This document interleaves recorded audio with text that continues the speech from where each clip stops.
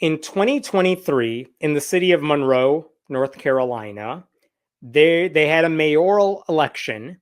And this is a town of about 35,000 people, but the turnout in an off-year election was just ridiculously low.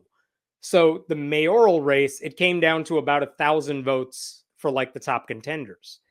And this particular town's mayoral race made headlines nationally because even though there were like 5 or 6 candidates on the ballot, there were 2 people who got more votes than anybody else. And those 2 people were tied. And this is the way the Associated Press described it at the time. Coin flip decides mayor of North Carolina City after tie between 2 candidates. Very interesting. And again, look at the date line here, November of 2023.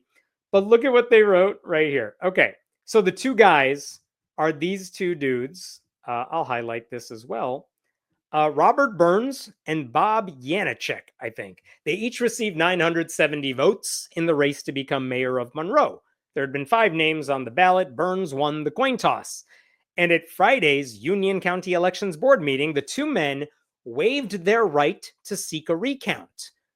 Basically, state law says the outcomes of tied races are determined by lot. So at the coin toss, Janacek called heads, the coin landed tails, and you could see here the 2 men shook hands and hugged briefly. The board then voted to declare Burns the winner. Okay, fine.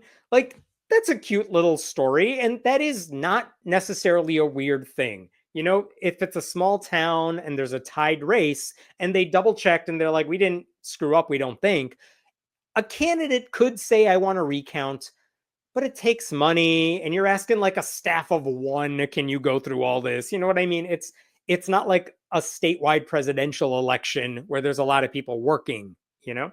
So these 2 guys said, you know what, screw it. We're tied. We accept that. Just flip a coin. We'll accept the outcome either way. And they did. And this guy named Robert Burns won the election. And that should have been the last we heard about this story. Because you would think these 2 guys are more or less the same. They seem like they're buddy-buddy about all this. What's the big deal? But here's why I bring this up. In the 2 years, or at least a year and a half, since Robert Burns has been elected mayor by a coin flip of Monroe, North Carolina, he has done like everything in his power to turn his office into a conduit for Christianity and Christian nationalism. And when I was reading that AP article, they had one line in there that I'm like, I don't think this would have caught me by surprise when I read it at the time. It's been an awesome run so far. And now it's all in God's hands, Burns said in a social media video minutes before the coin flip. Like, yeah, that wouldn't have fazed me because a Christian guy saying, all right, whatever happens with this coin flip, it's what God wants. Like, all right, I think that's silly, but that's not weird. But it turns out that that should have been an omen because what this guy has done since then is insane. Let me tell you some of the ways this guy's been insane as a Christian nationalist in this town. Here's one example. He has a YouTube page where it says like Robert Burns, mayor of Monroe. This is his official mayoral page. And this is something he posted last year. And it's just a screenshot, but you could see this here. It's Monroe Prayer Night 2024. And that right there is Robert Burns. So he's promoting prayer night in the city, which is a weird thing to do on your Robert Burns mayor of Monroe page, right? That's a weird thing to do. But again, maybe you think that's not that big of a deal. If you watch that video, by the way, he tells the audience, Jesus alone is worthy. And that's why we're here today. Which I don't care if he was doing that in his personal time. Why is he doing that as mayor? Here's another thing he did, and this is in a news article. Yeah, check this out. He also listed City Hall's address and phone number as a National Day of Prayer contact. And he endorsed 2 political candidates, neither of which he should be doing as the mayor of a town. Why are you putting City Hall's phone and address as like a National Day of Prayer event? That's not your thing to do. If an outside group says we want to use City Hall and we want to reserve the space because we want to have a little thing that day, there's a process for that. Satanists do it, atheist groups do it over the winter time. Like, that part isn't weird. But why is the mayor taking the lead here? He shouldn't be doing that. What else is there? Here's the thing. On a podcast last year, he interviewed the Christian nationalist, a Christian nationalist named Micah Beckwith, who has since become the lieutenant governor of Indiana. This is right before he got into that role.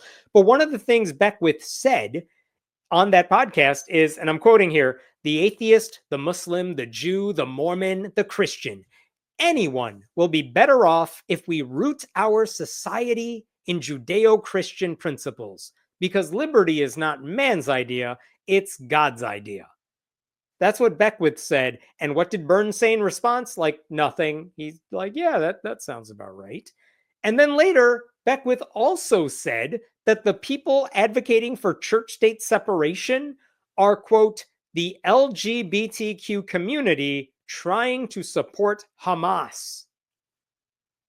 The hell? Like, no and no. I don't know what that dude is talking about, but again, what did Burns say in response? Nothing. Then there are other culture war battles. For example, last June, this is what Robert Burns did. He issued a proclamation recognizing and commemorating the anniversary of the overturning of Roe v. Wade. On city letterhead, it's a bunch of things that say, hey, remember 2 years ago when we put women's lives in danger because we're good Christians? Yeah, that was awesome, wasn't it? Let's keep doing that. Which again, I don't care what this guy's position is. He's a mayor. He has no reason to take a public stance on like abortion. He's not writing laws.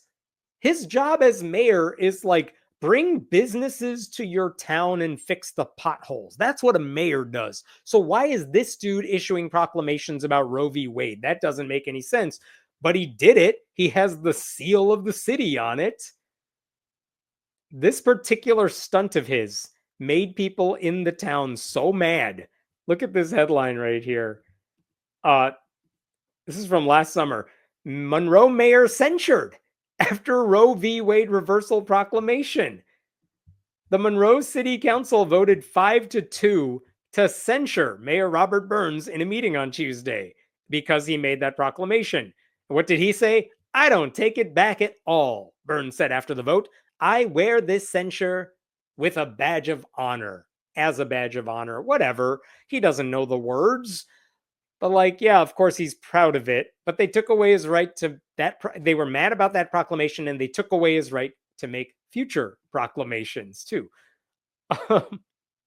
So that's another thing he's done that made everybody mad. So guess what he did this past June? Now that he's no longer allowed to make proclamations, he just posted a message on Facebook basically saying the same thing. And this June, what he wrote is that abortion mills push women in crisis through the process, even when in tears, never telling them about post-abortion trauma, which is all a lie. Like, they're abortion mills? No, those are not a thing. They're not forcing women to have abortions against their will. There is no post-abortion trauma. That's not a thing. It only exists in the broken brains of like right-wing nut jobs. Most people who get abortions are like, yeah, that's what I wanted. I'm good now. And if you don't want to have an abortion, guess what? Don't get one. So here's another thing that this guy also did. Oh, I should also say, he started issuing proclamations because he can't do official ones. He started doing this. This is something he posted on Facebook. It still says City of Monroe. It still says Mayor. It still says from the desk of Mayor Burns. This is a proclamation about Juneteenth, which I'm glad he even knows what that is. But also, this is very much a, you know what's awesome about Juneteenth? It says that all people are children of God. It's still like a religious proclamation. But look at this fine print right up here. The content or views expressed in this message are strictly my own and not the City of Monroe. Which is a weird thing to say when you have like the City of Monroe in the upper left of your screen and from the desk of Mayor Burns. Like, you can't hide behind the fine print there. I'll show you one other thing he did. This is from, I think, just like a week ago. Oh, yeah, this is from July 14th. This is something he posted on Facebook. Um, Remember, we talked about how the IRS is no longer enforcing the Johnson Amendment, meaning pastors can endorse candidates from the pulpit, and the IRS under Trump is like, we're not going to come after you. What did Robert Burns say after that? Monroe pastors and church leaders, your voice matters now more than ever. Blah, blah, blah. What does he say at the end? Let's build a stronger Monroe grounded in faith and freedom. Reach out. I'm here to partner with you. Why is he partnering with religious groups? And then look at this. Pastors and churches can get involved. And then if I remove myself here, Robert Burns, mayor of Monroe, North Carolina.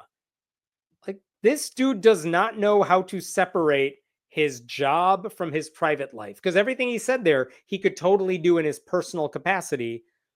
He cannot do it as a mayor. But this is what this guy is doing. So anyway, at the end of all this, where are we at with this guy now? Earlier this month, this city council has like had it with this dude. They're so pissed off that he's taken this position that's supposed to be about helping the community and made it all about himself. But this is from July 8th. The Monroe City Council on Tuesday held a meeting and voted on a no confidence measure for the mayor. In a 5-2 vote, 5 city council members voted in favor of the no confidence resolution for Mayor Robert Burns, with 2 members voting against it. They're basically saying we don't have confidence that this guy can do his job. And they officially took a vote on this because they're so pissed off at him. And again, it's a symbolic move. The guy still has a job as a mayor, but it's their way of saying this guy cannot do his job. Hey, community, you need to know this mayor sucks. And he's only mayor because he won a damn coin toss. By the way, I looked at this dude's personal Twitter feed. It's nothing but right-wing conspiracy theories and grievances. I will show you a thing. This is something he posted on Facebook, but it's also disturbing. Look what he calls his critics. To the narcissistic beta males and snowflake complainers, just a reminder, you keep reminding me why I'm doing what I'm doing. Thank you. Happy New Year. Like, listen. I have a lot of opinions about things. If suddenly I became mayor, conservative Christians would be in my constituency. I am not going to use my platform to criticize them. I work for them now, you know? But this dude who has no idea of how to be a responsible government official is like, oh, you're giving me a new platform because I want a coin toss? Let me shit on everybody who criticizes me. That's the best use of my time. I'm a Christian role model. Like, what a complete asshole. My favorite thing about that particular post is that a reporter asked him about that. Beta males and snowflake complainers. Monroe Mayor Robert Burns continues to dodge questions. Look at this right here. This is amazing. Shortly after discovering the post, which he made publicly, they didn't discover it. This reporter, Austin Walker, reached out to Mayor Burns and spoke with him over the phone about his choice of words. Burns said he didn't have time for an in-person or Zoom interview. He's mayor. What do you think he has time for? People? No. Walker asked Burns if he could record the phone conversation, but Burns then declined comment. Burns added he didn't have time to listen or deal with negative comments. Right, because he's too busy making them himself. This guy he knows how to dish it out. He doesn't know how to take it. More importantly, he can't even defend himself when he's outside of his bubble for like 2 seconds. All the reporter asked is like, hey, why did you call people those names? You're the mayor. And Robert Burns is like, what? No, I don't want to talk about, go away. Totally irresponsible. By the way, that's beta male behavior right there. Is there anything else about this dude? I should tell you that when a local diner began hosting an all ages drag brunch show, it was in the wake of all those anti-drag outcries. This is before Burns was mayor, but he was one of the protesters falsely claiming that the diner was sexualizing our children here in Monroe, and people are waking up to that. They were not. That's not what anything happens. There were a bunch of lawsuits in the wake of that controversy. And since 2023, I believe that restaurant only does adults only drag shows. But as mayor, Burns has tried to get all drag shows for adults and shows of all ages. He's tried to get all drag shows classified as adult entertainment, even if they're not, which, by the way, could, if they had allowed that to happen, that could have led to additional First Amendment lawsuits. But thankfully, the city council's like, no, we are not knocking down drag shows and embroiling ourselves in these battles. I mean, if you're trying to get all drag shows canceled, there are Shakespeare plays that could not be performed either. I want to show you one other thing. Robert Burns was still talking about the drag shows recently because he sat for an interview with a Christian nationalist named William Wolfe. And these guys talked. William Wolfe is like, hey, Robert Burns, tell me that story about how you became mayor. And let me play you this clip just so you could see what he sounds like when he's talking to a guy who agrees with him. And these news broadcasters would come to me and to Bob and say, hey, listen, you know what happens? It's a coin toss. What would you call if it was a coin toss? And I'm like, man, I wouldn't. There's not going to be a coin toss. But, you know, I would call heads. So that day when we tied, they said we had to sign over our right for a recount. Okay. So we could get it done right then and there. And I agreed. And then the other guy, Bob, he agreed. And then I walk up to the middle. They said, we don't have a provision for who calls it. And I literally was about to say heads. And I went up to him and I said, Bob, you call it. And then Bob calls heads. And they flip the silver dollar. It hits the desk. It rolls to our side of the room. At the time prior to that, I'd given an individual that you and I know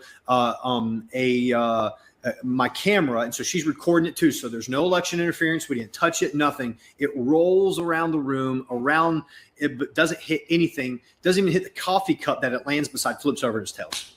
And It was God. It was God's ordination. I knew it immediately. That was a mandate from him. It was a mandate from him. That last little bit, I want a coin toss, and that means I can rule this town like I want a landslide victory. Like Ron DeSantis, I think, did the same thing. He became governor by a very tiny margin, I think, when he ran the first time for governor. But ever since, and because Florida has a Republican supermajority, he has run the state as if he won with like 99% of the votes. Donald Trump does the same thing. I know he won by more like this time around than in 2016, but both times, instead of saying, okay, I only won by a little bit, so I got to make sure I'm moderate or I'm moderating my policies, he's like, no, I'm going to act like I'm a dictator. And that's what this dude is doing on a much, much smaller scale, which is very disturbing. So anyway, that's what this dude is up to.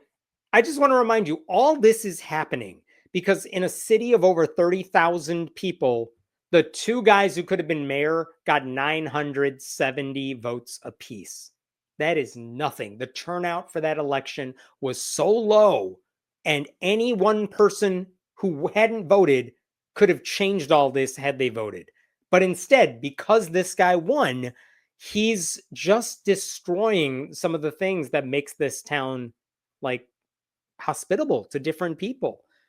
I read a story when I was researching this story that they had held a Latin fest for Latinos, Latinas in the city, but it had very low attendance. Why is that?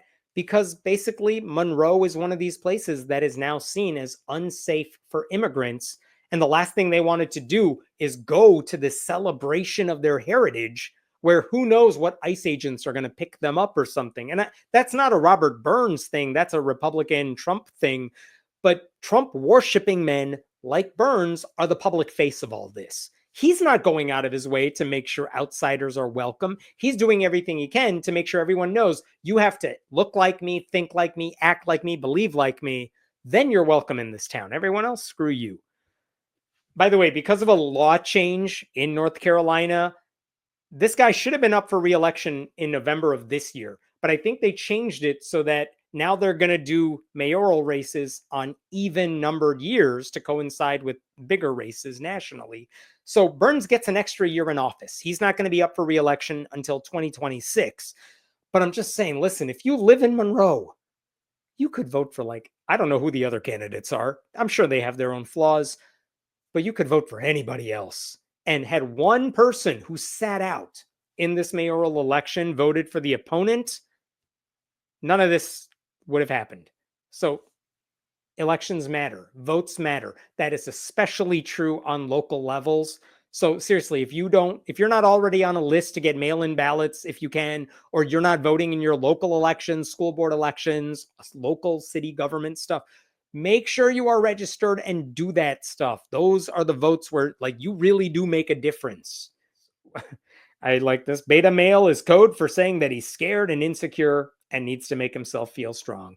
Seriously, anytime I hear like alpha male, beta male, anything else, I stop listening to the person who's saying it because they can't possibly be saying anything intelligent.